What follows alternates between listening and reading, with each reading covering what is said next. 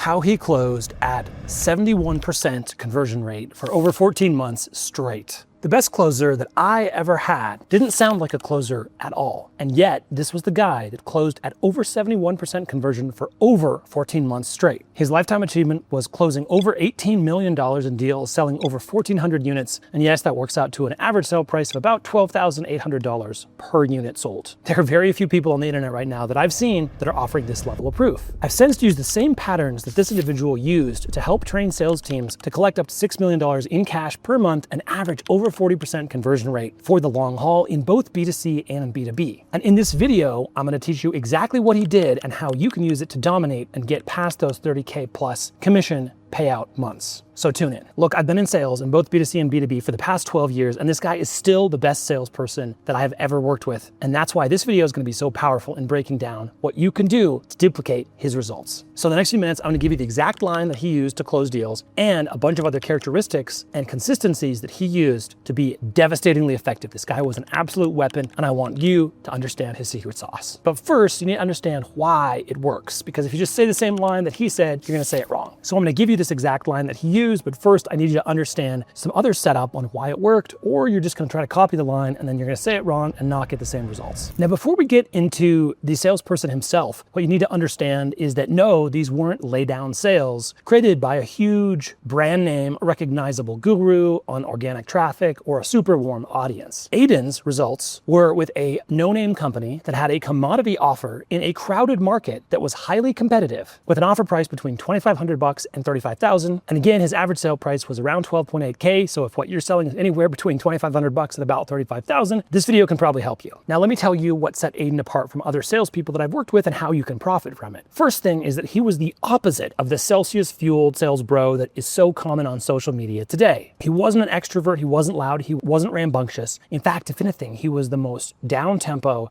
chill, cool, mild-mannered, almost low energy person I've ever met on a sales floor. If you heard him on a sales call, you probably thought he was really bored or stoned or both. He was the quietest talker I'd ever met. And yet he was also the most relentless closer I've ever met still to this day in 12 years of being in sales and building sales teams. This was a guy who would attempt to close over objections 10, 11, or even 12 times on each and every single sales call where he had offers. Same calm, steady voice every time, no manipulation, no pressure, just a relentless attitude that assumed that the sale was already made and was waiting for the prospect to catch up with that knowledge. Aiden had what I'd consider a bedroom voice or a late night FM DJ radio voice. You know the type. It's the guy that sounds like he could read you the phone book and you would still stay entertained because his voice is just so calm and unhurried and relaxed and calming and soothing. Aiden would say something like, "So your offer today is for $12,500, and the way that's going to work in your business is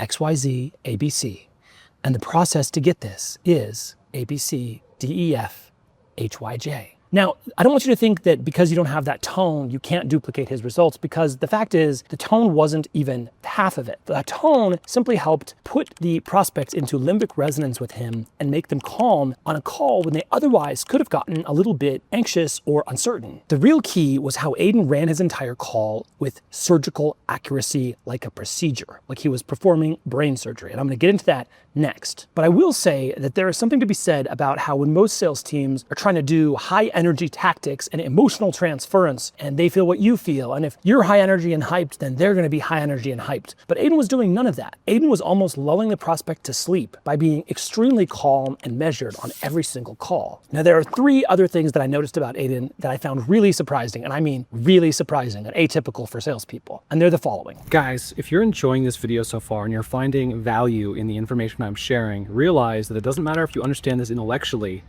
What matters is that it's practice and that it's real for you. So because of that, I'm going to invite you to join my school community. Link in the description.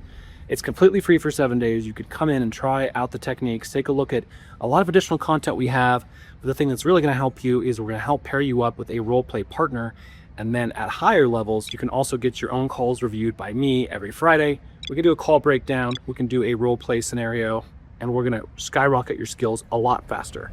Now, back to the video. One was he was anti-emotional. Now, you've seen a lot of sales training out there that says, make them bleed, get into the pain, make them cry. And there's a lot of sales trainers and gurus out there that when you watch their call breakdowns, it's actually like a therapy session. They're what I call therapizing the prospect, and they're getting into the deep identity level shifts. And I've even taught this myself because in some sales, it's required. But this wasn't one of those sales. And I would venture to say that in a lot of sales, that approach is going to increasingly fall out of vogue in 2026 and beyond. People are tired and emotionally exhausted, and they don't necessarily always want to be therapized. So here's what was so brilliant about what Aiden did. He made the call highly procedural and not emotional. It was almost bureaucratic, like a form-filling exercise in how calmly he went about it. And it was a topic about people's finances. So in a topic that could be extremely emotionally charged, Aiden made it almost boring. He had what I call where does it hurt energy, which was clinical, procedural, like you go into the doctor's office. When was the last time a doctor helped you break down crying in their office? Never, right? And that's how Aiden conducted the call. It was very clinical, like a doctor's visit. What's really brilliant about the neuroscience of what Aiden was doing is that if you know anything about mirror neurons and that state transferent thing I mentioned a moment ago, you know that people feel what we feel. And so by feeling extremely calm on the call, Aiden was actually channeling that calm, confident energy to his prospects in an area of their lives where they were extremely unconfident and in fact worried. By providing financial solutions to people that were financially insecure, he was bringing in the energy that he wanted them to model and take on, which was the energy of a calm doctor or an expert who was taking them to the next level financially. And guess what? That actually anesthetized his prospects enough to help them get through that scary moment of making a big decision to change their lives financially. So that was attribute one. Attribute two is even more surprising. Aiden was not a whale hunter. He was not trying to sell the biggest package to everyone. In fact, he would rather sign up someone for $1,000 than for $35,000 if that's really what they needed. And by doing this, he maximized dollars per lead or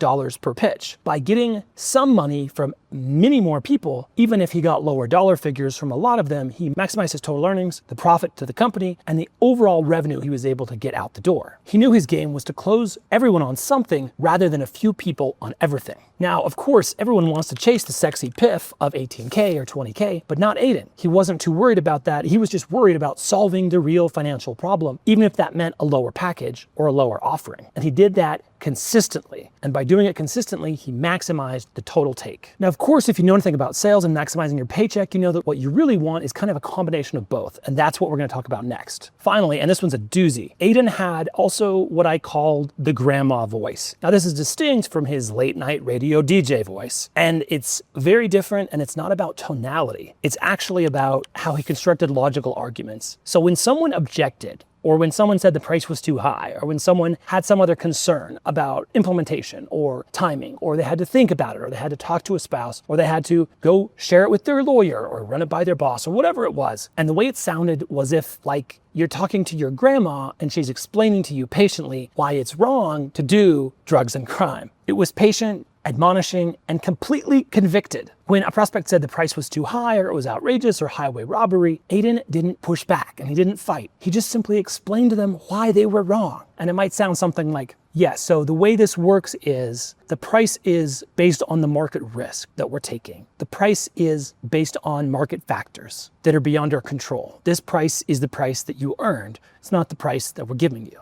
He didn't even say, I understand where you're coming from. He just calmly and patiently and plainly explained why they were wrong with utter conviction. It almost didn't matter what he said. The way in which he said it was so completely convicted that customers just believed him. It was like him having a Tim Cook level reality distortion field. This was the closest thing I've ever seen to Jedi mind tricks actually taking place on sales calls to this day. Even if they had initially disagreed and pushed back on the offer hard and said there's no way I would ever do this, Aiden still just calmly and patiently explained to them why they were wrong and why they would be better off with the offer. His level of conviction was above and beyond anyone I've ever seen on the phones. And again, here's the number that still gets me even after all these years. He would try to overcome objections 10 to 12 times on every single sales call where he had offers. What he would do is as soon as he knew he could make an offer to the person, he would stand up at his desk. And I knew in that moment that he wasn't going to sit down until either he got the deal or they got off the phone with him. And he wasn't pushy, and he wasn't manipulative, and he didn't come across slimy. His customers loved the guy. He was just incredibly patient, incredibly calm, and incredibly resolute in his understanding of the product and his certainty that it was the right thing for them to engage in.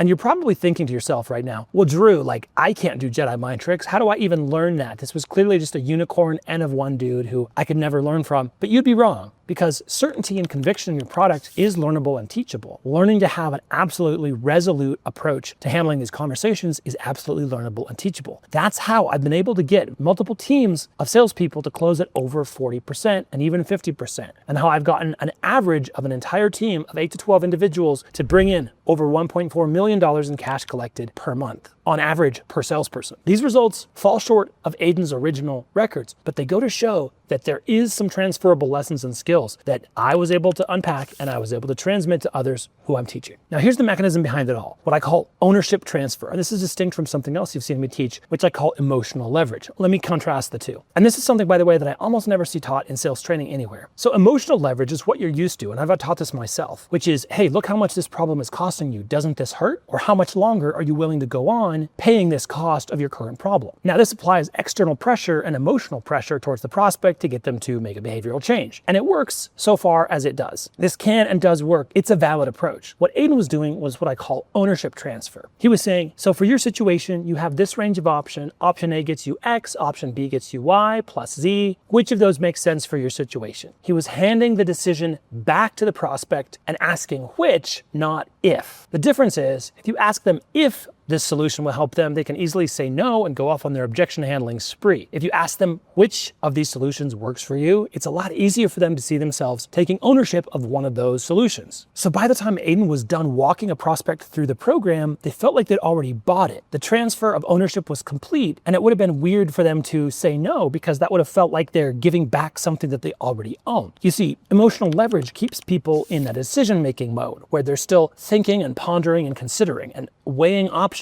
It's an analytical mode. Whereas if you do ownership transfer correctly, the decision's already been made and now it's a matter of implementation. Now you're probably thinking, Drew, I can't possibly train myself to be this like Jedi master you're describing. And I used to think the same way. But what I've learned over 12 years is this is a learnable and teachable skill. You can drill this into your own delivery and into your own tonality and into your own talk tracks and into how you conduct and how you show up on sales calls. Here's the exercise. Listen back to your most recent 5 sales calls. Don't listen to the words, listen to the energy. Rate yourself on a level of conviction, 1 to 100. And if you're anything less than a 150, then you need to go back and fix that. Watch for little things. Are you spiking upwards in your intonation? Are you using an upgliding or an uptone at the end of sentences that makes you sound less certain? When you drop price, do you obviously quaver in your voice? Are you getting uncertain around presenting packages and pricing? Are you qualifying or hedging when you're presenting other people's results? That makes those results sound not as believable or not applicable to the prospect who's sitting in front of you. The target register would be a whitewater rafting voice or a commercial airline pilot's voice. Just imagine you're on a commercial airliner and you just saw one of the engines explode out of the right window. You know things are in trouble, but then the pilot's gonna come on the PA and what is he gonna say?